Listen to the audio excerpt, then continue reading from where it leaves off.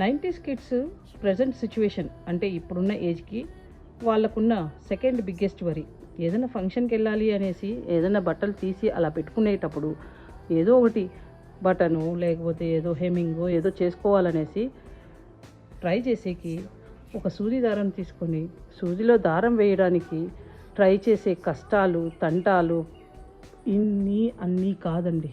అబ్బా, అలసిపోయి సొలసిపోయి ఒక 100 సార్లు 1,000,000 సార్లు ట్రై చేసి లాస్ట్కి మన ఏజ్తో వచ్చిన బిగ్గెస్ట్ గిఫ్ట్ అద్దాలు, స్పెక్స్ అండి.